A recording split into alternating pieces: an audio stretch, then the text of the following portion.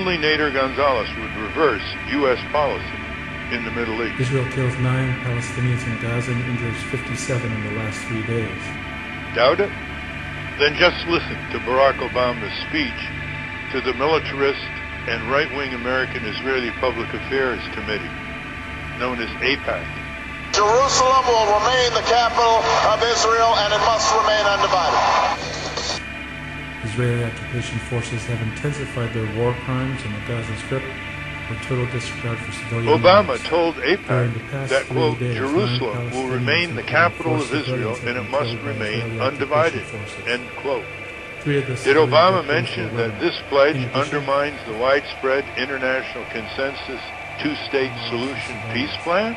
On 18 He did January, shrapnel from a bomb fired from an Israeli Did fighter. Obama make one mention of the illegal Israeli blockade of Gaza's 1.5 million people and the UN documented resulting humanitarian disaster there? He did not. Jet onto a governmental building hit a nearby wedding celebration, killing 1 woman and injuring dozens of others. 23 Palestinians killed, Instead, 55 Obama talked wounded about, inside quote, a Gaza Gaza by the controlled Israeli by military. Hamas with rockets raining down on Israel, end quote. Strong EU condemnation of these murders. 23 Palestinians were killed. Did Obama and 55 mention U.S. were government wounded, supplied including Israeli children, firepower, women, and men by Israeli resulting raids in the last 2 Palestinian days? civilian casualties in Gaza at a ratio of 400 to 1, Palestinian to Israeli? He did not. The United Nations has also issued a direct appeal for the end of the brutal military siege of Gaza. Many peace-loving Israelis and Jewish Americans will be disgusted by Obama's speech. Gaza City was plunged into darkness last night when the Strip's only power generator plant was shut down in the aftermath of an Israeli closure. Like the editor at the Israeli newspaper Haaretz, who wrote that the Israeli government has, quote, lost its reason, end quote, through the brutal incarceration, devastation, and deprivation of the innocent people in Gaza. Gaza City was dark last night after the Hamas government shut down the Palestinian power plant. Obama told AIPAC that, quote, we must isolate Hamas, end quote, in its current form.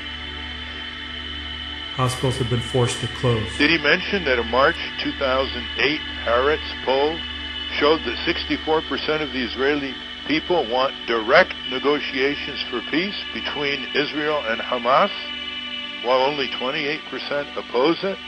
He did not. An already beleaguered Palestinian population in Gaza to stock up on food and batteries in anticipation of a dark, cold days ahead.